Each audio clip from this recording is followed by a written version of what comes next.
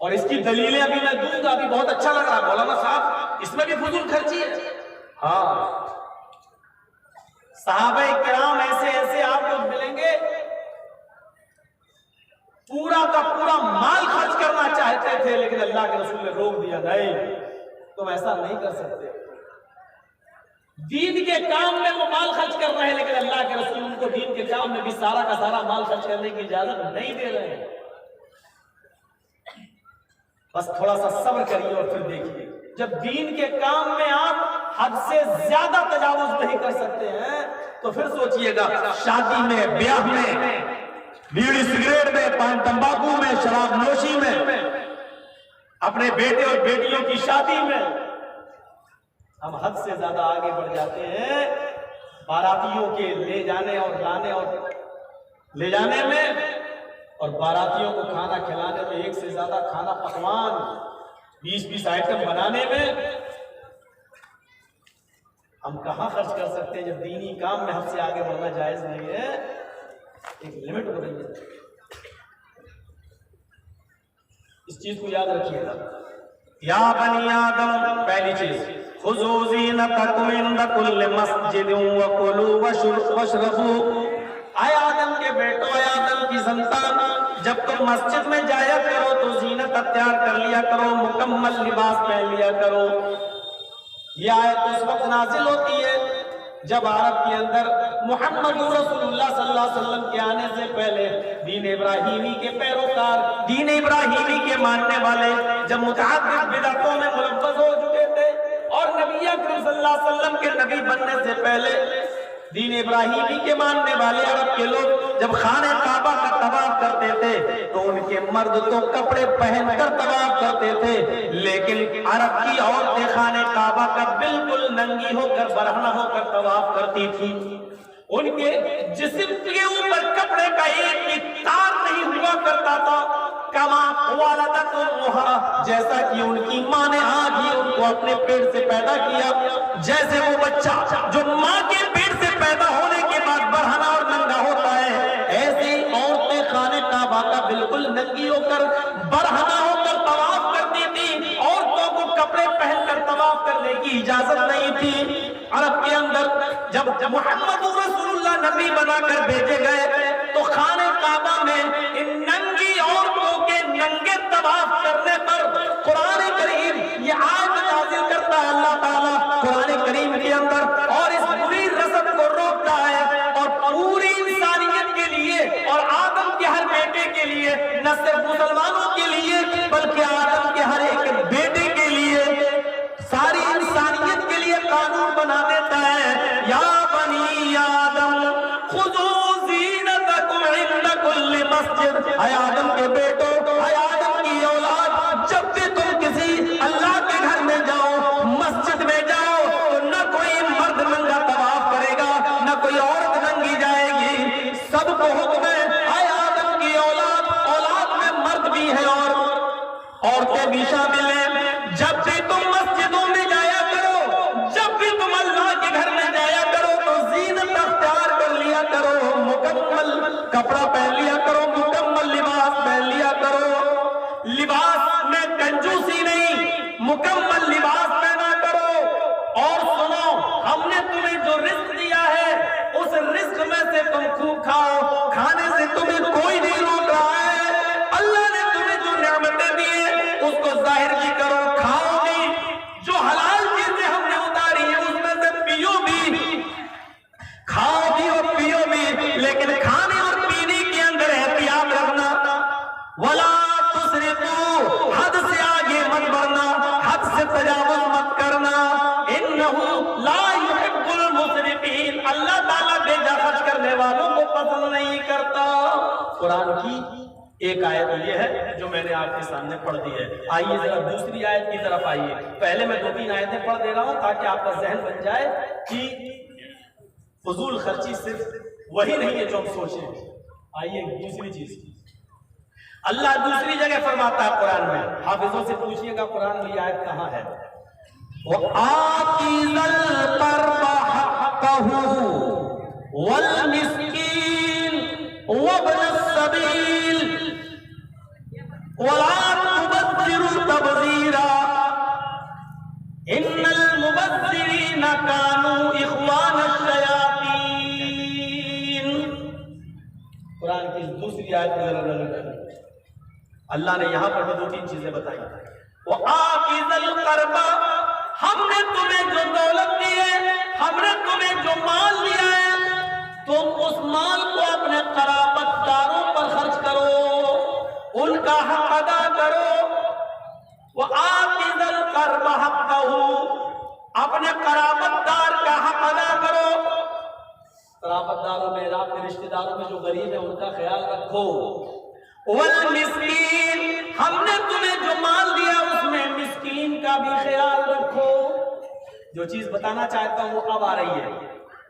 وابن السبیل، اور جو مسافر پریشان حال ہے، ان کو لمبا چوڑا سفر کرنا ہے، وہ غلطی سے یا پیسے نہ ہونے کی وجہ سے پھنس گئے اور تمہارے درمیان آ گئے، تم ان مسافروں کا بھی خیال رکھو۔ کتنے لوگوں کا خیال رکھنے کے لیے کہا اللہ تعالیٰ نے؟ وَآتِ ذَا الْقُرْبَى حَقَّهُ، اپنے قرابت دار رشتہ داروں کا خیال رکھو، جو غریب ہیں ان کا ادا کرو۔ والمسکین، مسکین کس کو کہتے ہیں؟ جس کے پاس واقعی کچھ نہ ہو لیکن شرم کی وجہ سے وہ زبان نہیں کھول پا رہا ہے، آپ کے سامنے ہاتھ نہیں پھیلا پا رہا ہے، آپ جانتے ہیں کہ ضرورت مند ہے لیکن اس کی غیرت اس کو مجبور کر رہی ہے اور وہ بیچارہ آپ کے سامنے ہاتھ نہیں پھیلا پا رہا ہے، یہ مسکین کہلاتا ہے۔ ان مسکینوں کا بھی خیال رکھو جن کے بارے میں تم جانتے ہو کہ واقعی ضرورت مند ہے لیکن وہ اپنی زبان سے تم سے مانگ نہیں رہا ہے، کہہ نہیں رہا ہے، اس کی غیرت اس کی خودداری مجبور کر رہی ہے نہ مانگنے پر۔ ان کو بھی ڈھونڈو، تلاش کرو، اپنے قرابت داروں کا، رشتہ داروں کا خیال رکھو، ان کا حق ادا کرو، مسکینوں کا حق ادا کرو۔ وابن السبیل، اور اپنے مسافروں کو بھی ڈھونڈو، ان کا بھی حق ادا کرو۔ لیکن جب ان کو خرچ کرو، جب ان کو تم اللہ کی راہ میں دو، جب فی سبیل اللہ ان کے درمیان تم کچھ چیزیں خرچ کرو تو اس بات کا خیال رکھنا وَلَا تُبَذِّرُوا تَبْذِيرًا، ان کو دیتے وقت بھی تم فضول خرچی مت کرنا۔ وَلَا تُبَذِّرُوا تَبْذِيرًا، بہت زیادہ مال ان میں مت لٹا دینا، ایسا نہ کرنا مسکین کو تو تم امیر کر دو اپنی دولت سے لیکن پھر تمہیں بھیک مانگنے کی نوبت آ جائے۔ اپنا ایک گھر ہے وہ کسی غریب کو دے دو اور خود سڑکوں پر بھیک مانگتے پھرو۔ وَلَا تُبَذِّرُوا تَبْذِيرًا، جب تم ان لوگوں کا حق ادا کرو تو یاد رکھنا اس میں بھی فضول خرچی نہیں ہونی چاہیے، اور ایک اصول یاد رکھنا ان المبذرین کانوا اخوان الشیاطین، فضول خرچی چاہے غلط کاموں میں ہو یا صحیح کاموں میں ہو، فضول خرچی ہے اور فضول خرچی کرنے والے شیطان کے بھائی ہیں۔ غلط کاموں میں فضول خرچی تو سمجھ میں آ رہی ہے لیکن اچھے کاموں میں بھی فضول خرچی اس کو منع کر رہا اللہ تعالیٰ، یہ سمجھ میں نہیں آ رہا۔ ابھی واقعات جب رکھیں گے آپ کے سامنے تو سب پورا نقشہ سامنے آ جائے گا۔ وَلَا تُبَذِّرُوا تَبْذِيرًا، فضول خرچی مت کرنا۔ جب تم اللہ کی راہ میں خرچ کرو تو اس میں بھی فضول خرچی نہیں ہونی چاہیے۔ ان المبذرین کانوا اخوان الشیاطین، فضول خرچی کرنے والے شیطان کے بھائی ہیں۔ وَكَانَ الشَّيْطَانُ، اور شیطان لِرَبِّهِ كَفُورًا، اپنے رب کا بڑا ہی ناشکرا ہے۔ جو شیطان اپنے رب کا ناشکرا ہو وہ تمہارا شکر گزار کیسے ہو سکتا ہے؟ جو اپنے رب کی نافرمانی کرتا ہو وہ تمہارا محسن کیسے ہو سکتا ہے؟ وہ تمہارا کھلا ہوا دشمن ہے۔ اس لیے یہ اصول بھی یاد رکھنا، قرابت داروں کا حق ادا کرنا، مسکین کا حق ادا کرنا، مسافر کا حق ادا کرنا، لیکن ان کا حق ادا کرتے ہوئے بھی فضول خرچی نہیں کرنا۔ فضول خرچی کرنے والے شیطان کے بھائی۔ اب ایک آیت اور پڑھنے جا رہا ہوں، اس کو بھی آپ ذہن میں رکھیں۔ یہ آیت آپ کو آپ کے گھر پر خرچ کرنے کے لیے کہہ رہی ہے، آپ کی بیوی پر، آپ کے بچوں پر، لیکن اس میں بھی کیا کہا جا رہا ہے؟ وَالَّذِينَ إِذَا أَنفَقُوا لَمْ يُسْرِفُوا وَلَمْ وَكَانَ بَيْنَ ذَلِكَ قَوَامًا. یہ سورہ فرقان کی آیت ہے، اس کو آپ اپنے ذہن میں رکھیے. وَعِبَادُ الرَّحْمَنِ الَّذِينَ يَمْشُونَ عَلَى الْأَرْضِ هَوْنًا وَإِذَا خَاطَبَهُمُ الْجَاهِلُونَ قَالُوا سَلَامًا وَالَّذِينَ يَبِيتُونَ لِرَبِّهِمْ سُجَّدًا وَقِيَامًا وَالَّذِينَ يَقُولُونَ رَبَّنَا اصْرِفْ عَنَّا عَذَابَ جَهَنَّمَ إِنَّ عَذَابَهَا كَانَ غَرَامًا. یہ پورے اللہ نے اپنے نیک بندوں کے اوصاف بیان کیے ہیں، اور یہ اوصاف بیان کرنے کے بعد پھر فرمایا والذین اذا انفقوا لم یسرفوا ولم یقتروا وکان بین ذلک قواما. اے میرے بندو، جب تم اپنے بیوی پر، اپنے بچوں پر، اپنے گھر والوں پر خرچ کرو، ہم نے تمہیں جو مال دیا ہے وہ اپنے بیوی بچوں پر خرچ کرو، لیکن جب خرچ کرنے پہ آؤ، جب اپنے بیوی بچوں پر مال خرچ کرنے کا نمبر آئے، لم یسرفوا، بے جا خرچ نہیں کرنا، ناجائز خرچ مت کرنا، ضرورت سے زیادہ خرچ مت کرنا، اسراف مت کرنا، وَلَمْ يَقْتُرُوا، اور بخیلی بھی مت کرنا، ہاتھ روکنا بھی نہیں. اب بچہ بیمار ہے، ڈاکٹر اچھی دوا دیتا ہے، یہ 100 روپے کی دوا لینے نہیں جائے، اس سے نہیں لے، ہومیوپیتھی والے سے لے لیں 10 روپے میں کام چلے جائے. عید و بقرعید کا موقع ہے، بچے بھی آپ کے نئے کپڑا پہننا چاہتے ہیں، آپ کی بیوی بھی نیا کپڑا پہننا چاہ رہی ہے اور آپ کے پاس ہے، تو آپ اپنی بیوی پر وہ کپڑا دلائیے، جو خود پہنو وہ اپنی بیوی کو بھی پہناؤ، اپنے بچوں کو بھی پہناؤ. لیکن ایسا نہیں ہونا چاہیے کہ آپ کی گنجائش ہے 500 روپے کا کپڑا لانے کی، لیکن آپ اپنی بیوی کی فرمائش کو پورا کرنے کے لیے اپنی گنجائش اور اپنی حد سے پار کر کے اس کو 1500 روپے کا سوٹ دلا دیں. آپ کی حیثیت ہے 500 روپے والا کپڑا پہننے کی، لیکن چونکہ عید کا دن ہے، ہمیں اپنے یار دوستوں میں اپنی شان و شوکت کو برقرار رکھنا ہے، اس لیے ہم اپنی حیثیت سے آگے بڑھ کے ہم 2000 کا سوٹ لا رہے ہیں اور ہم پہن رہے ہیں، تو یہ نہیں کریں. لم یسرفوا، حد سے زیادہ بھی مت کرنا، ولم یقتروا، اور بالکل تنگی بھی مت کر دینا. حیثیت 500 روپے کی ہے تو لاؤ 50 روپے والا کپڑا لگائیں. حیثیت ہے آپ کو 140 60 70 80 روپے کلو گوشت کھانے کی، نہیں صاحب برڈ فلو میں مرغا چل رہا ہے 50 روپے میں یہ لے. اس سے بھی روکا، نہ حد سے آگے بڑھنا، ولم یقتروا، نہ بالکل تنگی کرنا، نہ بالکل ہاتھ کو روک لینا، نہ مٹھی بند کر لینا، نہ بالکل کھول دینا، نہ بالکل بند کرنا. کان بین ذالک قواما، دونوں کے بیچ میں رہنا، بیچ میں رہنا. یہ قرآن کی 3 آیتیں میں نے آپ کے سامنے رکھی ہیں. آئیے ان تینوں آیتوں کو اپنے ذہن میں رکھیے گا. اب میں ایک واقعہ سنانے جا رہا ہوں، اس واقعے کو سننے کے بعد آپ دنگ رہ جائیں گے کہ مولانا کیا نتیجہ نکال رہے ہیں.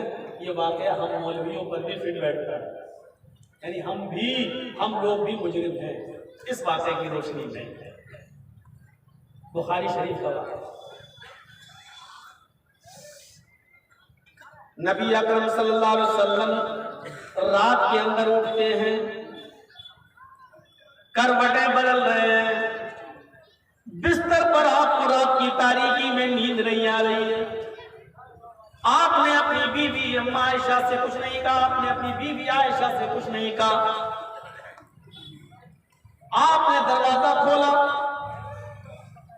اور سیدھے گھر سے باہر نکل گئے. تھوڑی دور چلے تو آپ کو راستے سے چلتا ہوا ایک آدمی نظر آیا، کوئی آ رہا ہے. آپ اس کے قریب پہنچے، یہ سوچ کر اس کی طرف آگے بڑھ گئے اگر جان پہچان والا ہوا تو اس سے کچھ مانگ لیں گے، کیونکہ بھوک کی وجہ سے نیند نہیں آئی، کروٹیں بدلتا رہا اور گھر میں کھانے کو آج میرے کچھ نہیں رہا. چلو یہ آدمی آ رہا ہے، اس سے کچھ کہتے ہیں. رات کے اندھیرے میں اس آدمی کو پہچان نہیں پائے. جب اللہ کے نبی اس کے قریب پہنچتے ہیں تو کیا دیکھتے ہیں کہ یہ آدمی کوئی اور نہیں ہے، یہ حضرت ابوبکر صدیق رضی اللہ تعالیٰ عنہ ہیں جو رات کی تاریکی میں باہر نکلے ہیں. حضرت ابو بکر صدیق نے نبی کو دیکھا، اللہ کے نبی نے ابو بکر صدیق کو دیکھا، علیہ السلام ہوا، دعا سلام ہوا۔ اللہ کے نبی صلی اللہ علیہ وسلم نے پوچھا، اے ابو بکر اتنی رات میں تم کیسے نکلے؟ تو حضرت ابو بکر صدیق کہتے ہیں کہ اللہ کے نبی، بخاری شریف کا یہ واقعہ، اے اللہ کے نبی، اے اللہ کے رسول،